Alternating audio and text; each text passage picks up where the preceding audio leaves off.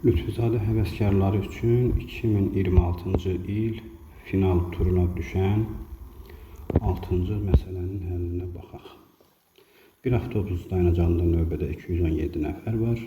Bu növbədə Tahir başdan N+6-cı, sondan N+16-cı sıradadır. Hər avtobus ən çox 20 sərnişin daşıya bilirsə, Tahir ən tez neçənci avtobusa minə bilər. Burada deməli N+6 ilə N+16-nı toplayandan sonra oradan bir çıxıb 217-yə bərabər eləyirik. Niyə bir çıxırıq? Çünki Tahir həm əvvəldən, həm sondan sayılıb, 2 dəfə sayılıb. Deməli 2N üstəgəl 21 bərabər 217. 2N elədi 196, N oldu 98.